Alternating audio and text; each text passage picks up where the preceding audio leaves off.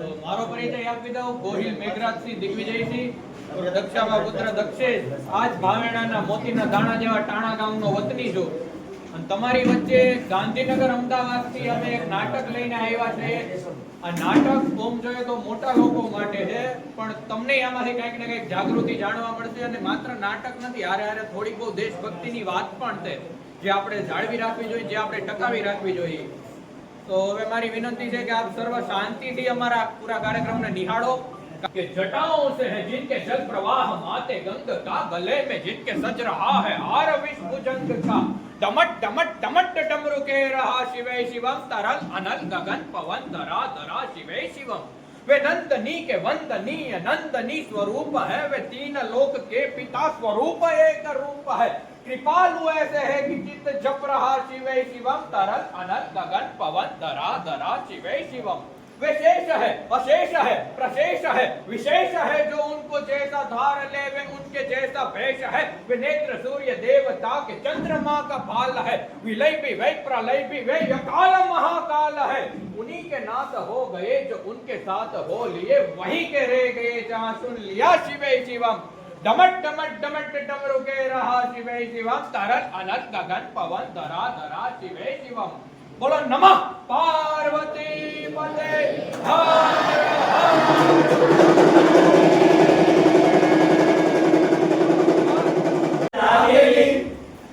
બંદર છોડું છે જાવું જરૂર છે,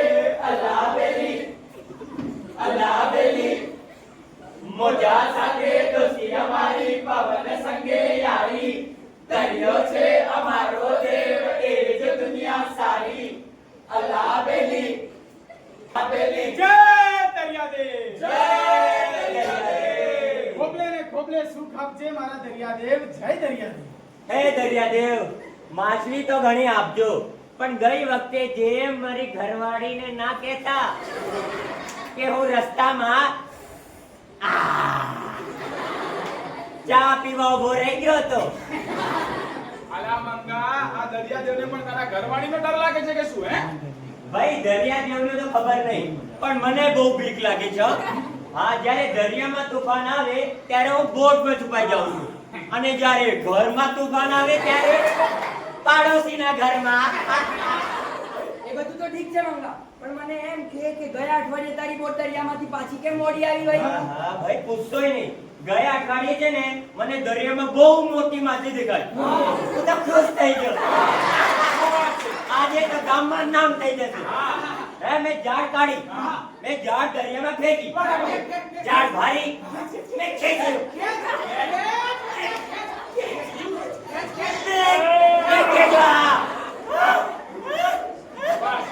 મેં વિચાર્યું વાહ, 30-40 કિલોની હશે. બહાર કાઢ્યું તો ખબર પડી કે મારો જ લંગર ફસાઈ ગયો હતો.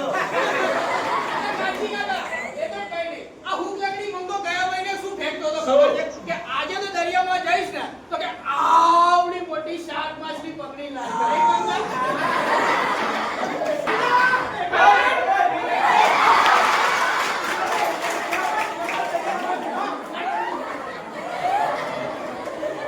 કાનજી કાકા, દરિયામાં બે વસ્તુ વગર કામ ના ચાલે. કઈ કઈ? પહેલું તો ડીઝલ, અને બીજું મંગાનો મોડું. નહીંતર લાંબી મુસાફરીમાં બધા ઊંઘી જાય. સાચી વાત છે કાકા. એકવાર તો મંગો 2 કલાક ચૂપ રહ્યો. કેમ? અરે અમને તો એમ કે એની તબિયત ખરાબ હશે, પણ પછી ખબર પડી કે એના ઘરવાળીએ એના ઘરમાંથી કાઢી મૂક્યો. ભાઈ, એક દિવસ મારી ઘરવાળીનો જન્મદિવસ હતો, અને કાનજી કાકા હું ભૂલી ગયો. પછી મારી ઘરવાળી જે મને માર્યું છે. એક વાત યાદ રાખજે, ભલે આપણે દરિયો ખેડીએ છીએ, પણ દરિયો ક્યારેય આપણો નોકર બનતો નથી. એને માન આપો તો આપણને માન આપે, અને જો ઘમંડ કરો ને તો એ પાઠે બનાવે. હા કાકા, વાત તો બરોબર હો, પણ એક વાત કેટલી વાર કહેવાની? અલા, દરરોજ આપણને દરિયો એ જ જવાબ આપે છે. એને સાચવશો તો જ તમને સાચવશે. બરાબર? ચલો, બોટમાંથી ખાલી કરો સામાન.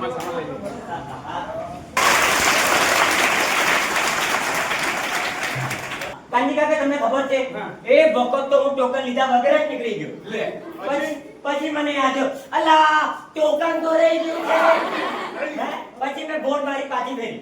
મારા ભાઈબંધને પૂછ્યું, દરિયામાં કંઈક ભૂલાઈ ગયું છે? મેં કીધું, બકા પોતાની જાતને જ ભૂલી ગયો તો જાતને.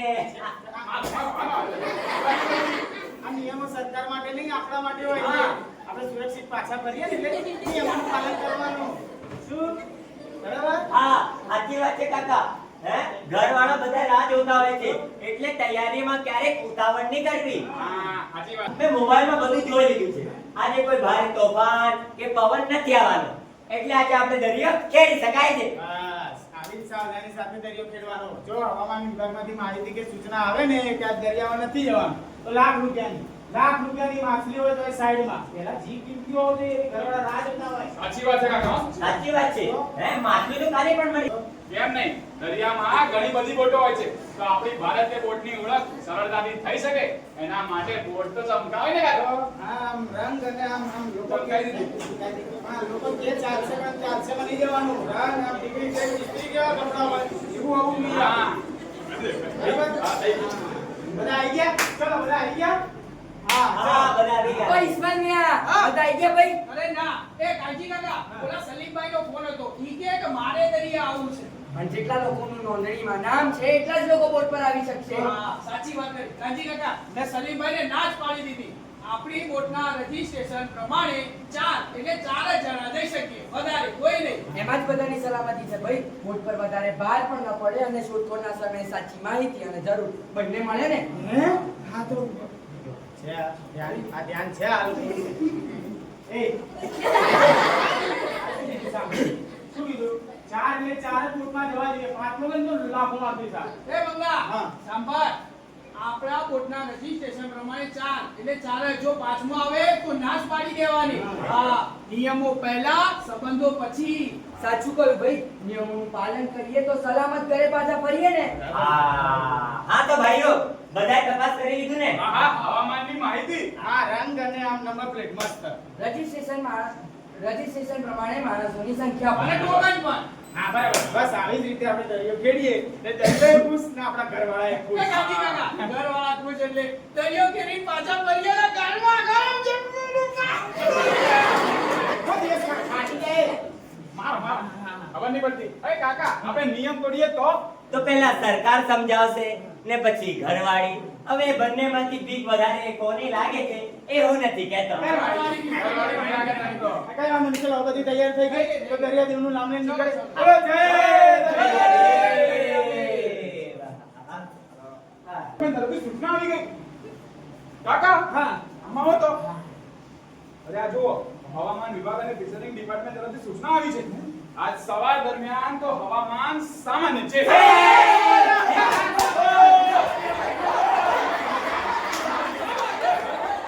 બોલો. સોરી કાકા.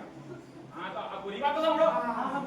હા, તો સવાર દરમિયાન તો હવામાન સામાન્ય છે, પરંતુ બપોર બાદ દરિયાની મધ્યમાં ભારે પવન અને વાવાઝોડું સર્જાવાની શક્યતા છે. એટલે તમામ માછીમારોને દરિયામાં ન જવાની સલાહ આપવામાં આવે છે. પણ કાનજી કાકા, ઈ જવાય. અત્યારે તો આકાશ એકદમ સાફ દેખાઈ રહ્યું છે.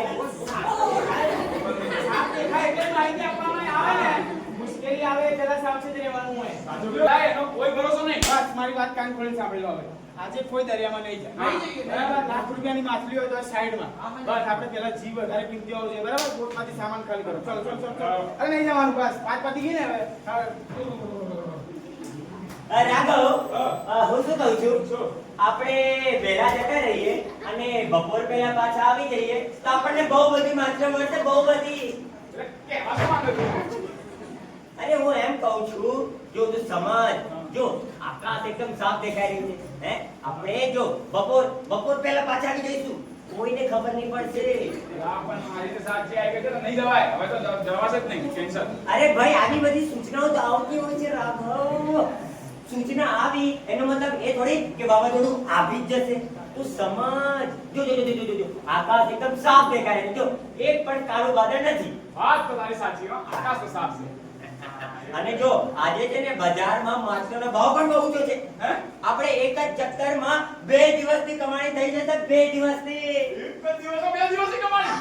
તો જવું પડે ને ભાઈ. પૈસા પૈસા એ ના જવાનું, ના બાકી કેમ લઈને નહીં જવાનું, નહીં જવાનું. બસ વાત પતી ગઈ. હવે ઘેર બીજી ખાઈ પીને જાઓ, જાઓ, જાઓ. નહીં જવાનું. હાલો. લે. જો ગયા ને તો લાખો મારી સા. તમે બે આપણા કરાવો છો, તમે કીધા વગર એક દિવસ હતા. હવે કાંજી કાકા ઇસ્માઈલભાઈ તમારા તો આ એક અલંગ મરીન દ્વારા વિદ્યાર્થીઓને ખાસ સમજ કરીએ છીએ કે આપના વાલીને એવો સંદેશો આપો કે કોઈ ખરાબ લિંક ના ઓપન કરે, ખરાબ મેસેજ ના કરે. વેદાંતભાઈને પણ ખાસ અભિનંદન પાઠવું છું. જય હિન્દ.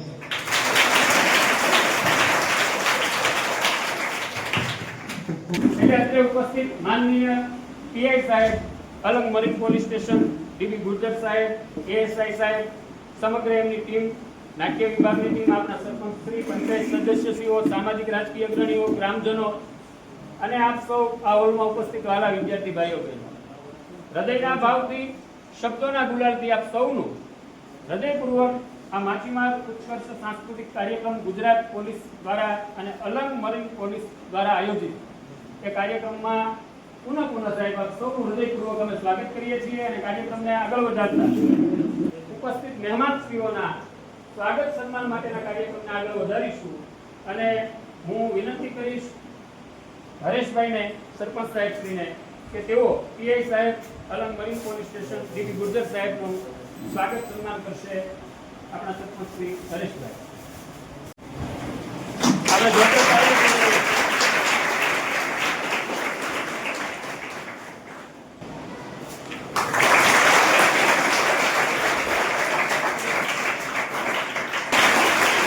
હું શાંતિભાઈ બામણિયાને વિનંતી કરીશ કે તેઓ સાહેબશ્રીનું સ્વાગત કરશે.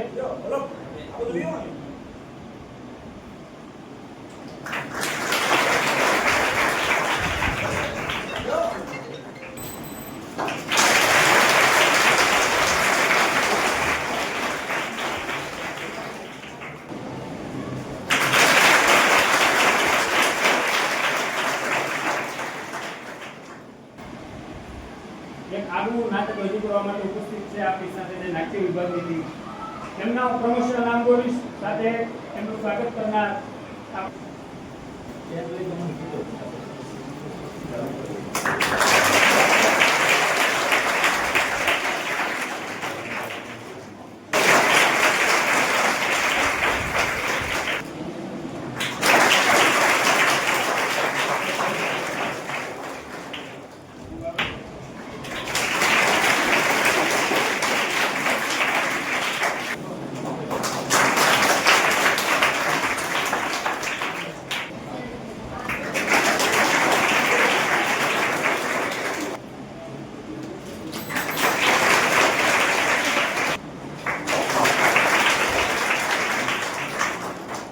પધારશે ઘનશ્યામભાઈ ચુડાસમા.